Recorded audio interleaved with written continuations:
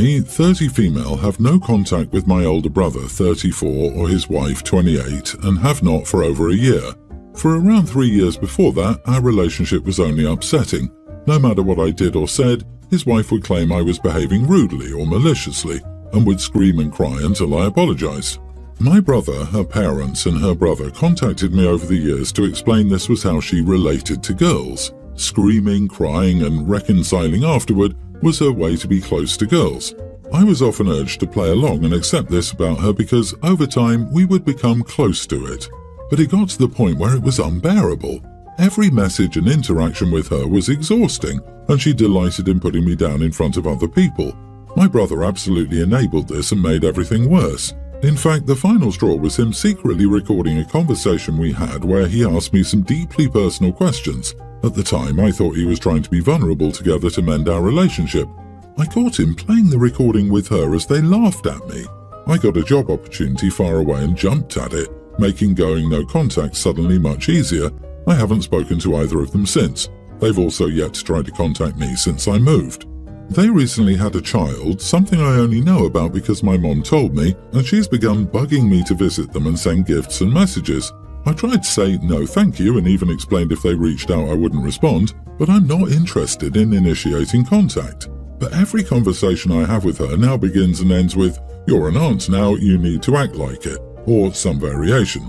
So today I said, "I'm not an aunt, I'm not in this baby's life in any way," and she was really upset with me. She asked me if I was rejecting her grandchild, which of course I'm not. She's welcome to have a relationship with whomever she wants and to be involved as she wants. But I'm not in this baby's life as an aunt or otherwise, and I don't see that changing in the future, honestly. The conversation only soured from there, with her insisting that if I refuse to accept I'm an aunt, then I'm claiming she's not a grandmother. She's now not speaking to me and insists I'm unnecessarily hurtful, creating sadness at a time that should be happy. I don't think of myself as an aunt at all, but now I wonder if it was cruel to voice that thought. Am I the idiot for saying I'm not an aunt? You're not the idiot. Your sister-in-law sounds exhausting and insane. Creating conflict is not a healthy way to build a close relationship. Your brother and his wife may be complaining to your mom that you haven't begged them to be a part of their child's life, so you should consider going no contact with your mother as well. It's not only your brother enabling your sister-in-law's weird behavior, but also your mother. What has your father to say about all this? Do you have any other siblings? I have 2 other younger brothers who think she's nutty. My parents are divorced, but my dad is on my side. He was the one who told me to cut them both out of my life. He took them out for a meal and discussed it right before I left to get a feel of the situation and see how we could fix everything. But he told me afterward there was nothing to be done because they seemed to enjoy the whole situation. He said to me, "It seems they like having an outside person to blame things on, and I was just unlucky to be chosen for that role." Oh wow, this is just so messed up. It seems like your brother and mother will turn themselves into pretzels to accommodate for some mentally ill 28-year-old who's been enabled her whole life. Sorry to say it, but this is truly good riddance. But looking at this, it might be that your older brother and sister-in-law are pressuring your mother into making you come to see the baby by restricting her access. I can't see a different explanation for her being so desperate, connecting you not wanting to be an aunt to her being a grandmother. It's good that you are not entirely alone and still have your father and younger brothers as support on this matter. I hope your bond with them will stay strong, and I wish you the best for the future. Please seek therapy to heal your trauma and leave toxic people in your past where they belong. Stay strong. I, male 26, started dating my girlfriend 27 2 years ago, and we've been living together for the last 5 months. So yesterday was my girlfriend's birthday and I did a small celebration for her at midnight. I bought a cake, a bouquet and a small gift for her, an Apple Watch, and everything went well. I also had dinner planned in my head, but my girlfriend's close friend was in the city, so she asked if we could both go for birthday dinner with her 3 friends. I happily accepted because it was her birthday. In the evening, we had her birthday dinner. Her friends had also bought cake and balloons for her again, and the celebration went pretty nicely. After dinner, the waiter came up with a bill and handed it to my girlfriend, who paid for it. After saying goodbyes to everyone when we were in the car, my girlfriend said something really weird, out of her character, that I should have paid the bill in the restaurant. It would have made a really good impression about me in front of her friends, because I make 2 or 3 times more than her.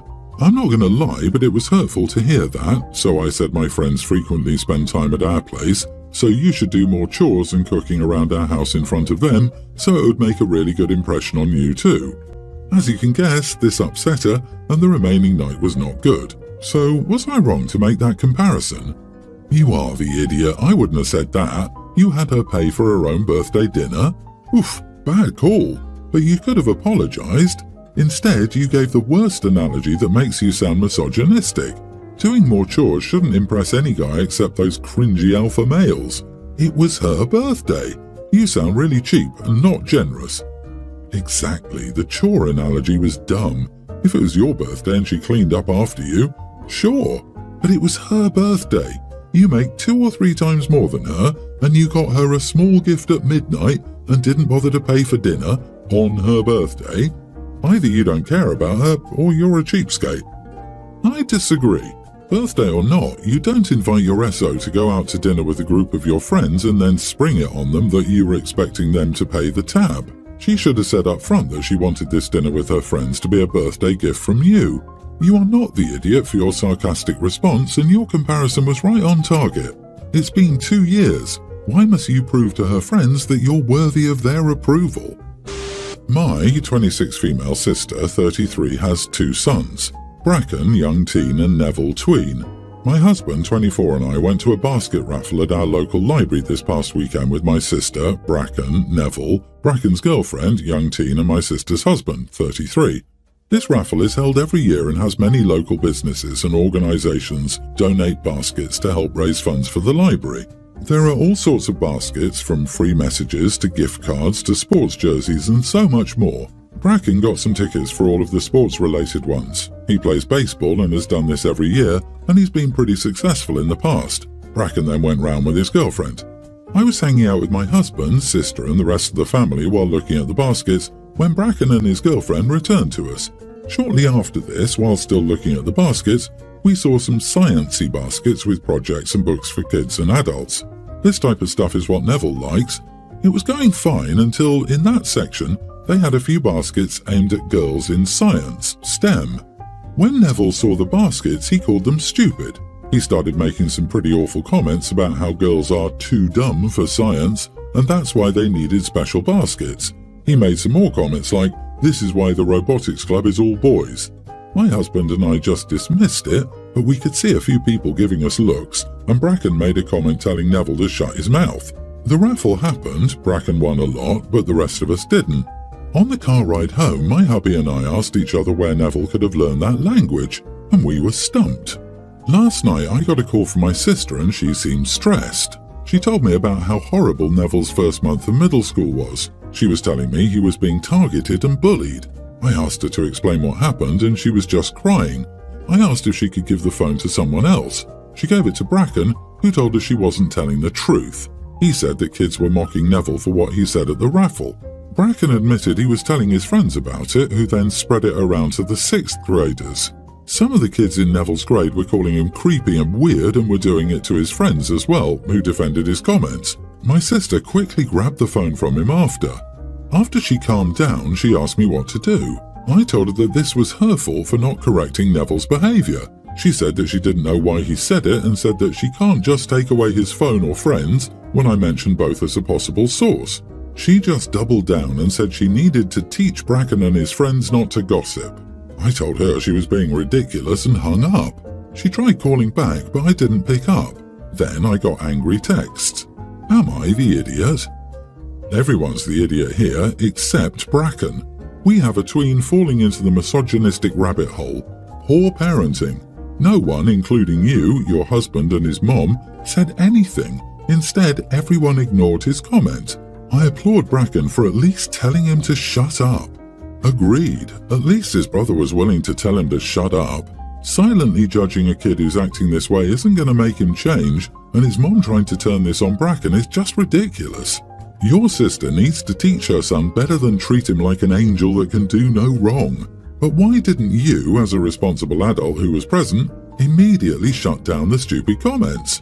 From the way the mom is reacting, I wouldn't be surprised if OP said something that their sister would have been mad that they're disciplining my child or something similar. wondering who's modelling the misogyny to Neville.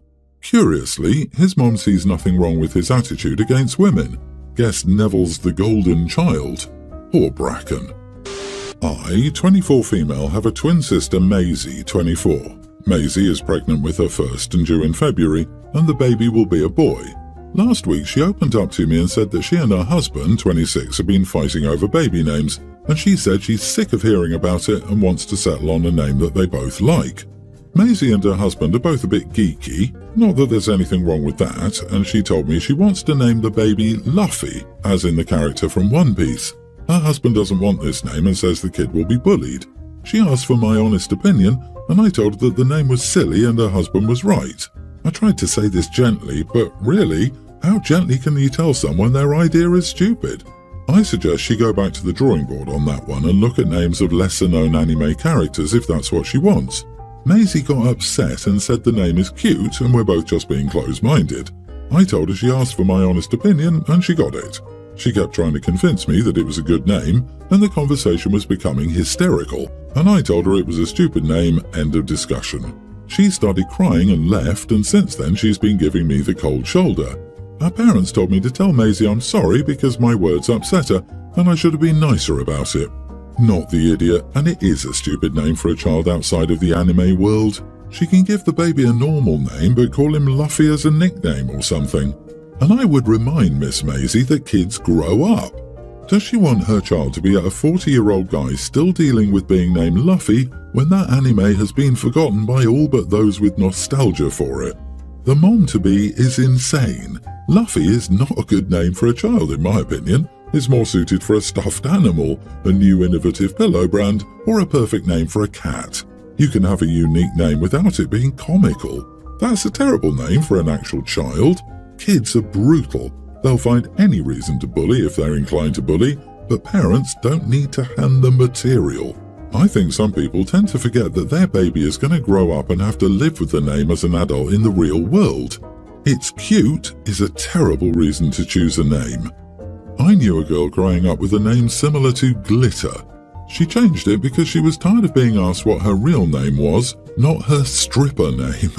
Also, Glitter is cute for a horse, not someone trying to get into law school. I got divorced 5 years ago and I lost a lot. My ex got the apartment and our car. I was okay with it because she had our children and I wanted everything to be as stable as possible for them. I ended up moving in with my grandmother to make ends meet. I think my ex and I were doing a decent job of being co-parents. I spend a lot of time with my kids and I've never missed a child support payment. My grandmother became ill during a global issue and I was basically her caregiver. She made it through, but it knocked her on her butt. She passed away about 2 months ago. I'm an only child, but my parents are both irresponsible, which is why they couldn't help me out when I needed somewhere to live. My grandmother made me her main beneficiary when she passed away. All that she said was to take care of my kids. I sold her house after I gave everyone their bequests. I took the money and the rest of the estate, and I bought myself a house and a car. Her house was old and not in a great neighborhood for kids. I also put money into my children's education fund. When my ex found out what I did, she got upset. She said that I owed her more child support now. I checked with my lawyer before I did anything. Money from an inheritance, the sale of a house, or a lottery win does not count as income. If I'd invested the money instead, then the interest would count as income. She thinks I intentionally screwed her over. I now have a good, reliable car for work and a nice small house in a good neighborhood for when I have the kids with me. We're fighting about it, but I don't think I'm in the wrong. Edit, if I didn't have kids, I would have taken the money, moved to the Philippines and retired. I don't want 50-50 custody. She's a good mom, she has a job and I need to travel for work. You're not the idiot. It sounds like you spent several years living tight, sharing an apartment with your grandmother, caring for her, etc.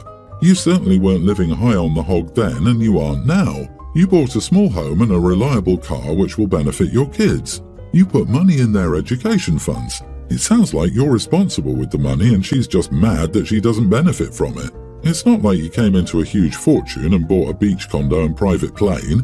Even if you had, you still wouldn't owe your ex squat for our purposes here. I hope your lawyer is correct. Your inheritance money? I think you mean our inheritance money. We might be divorced, but what's yours is mine, and what's mine is mine, and mine, and mine, and mine, and not yours. Don't make me use the kids against you. Did I accurately depict OP's ex well enough? I think that's the ex's main issue here. OP is now in a stable position where he can potentially go back to court and ask for more custody of the kids, which would mean less child support for the ex. Sorry, not sorry, but your ex is just mad that she isn't getting money, not your kids. Ignorance of the law is no excuse. You talk to the lawyer and everything is on the up and up, so she's going to have to suck it up and stop being jealous. You have a right to a nice home and a car, especially for your kids. Do you think buying yourself a nice house and a nice car is what your grandma meant when she told you to use the inheritance she left you to take care of your kids? Maybe grandmother thought it was all going to be the kids' college fund. How much do you currently pay in child support? $300 a month for 4 kids or something like that? Because money doesn't go far with kids in this economy. You are the idiot for leaving the actual child rearing up to your ex. Now that you have no excuse, you should honor your grandmother's final wish and care for your kids instead of yourself. If you're just a weekend father, then the house in the nicer neighborhood is really for you, and your kids are still stuck in an apartment most of the time. Get a new job or figure something out the way you would expect her to do for your kids.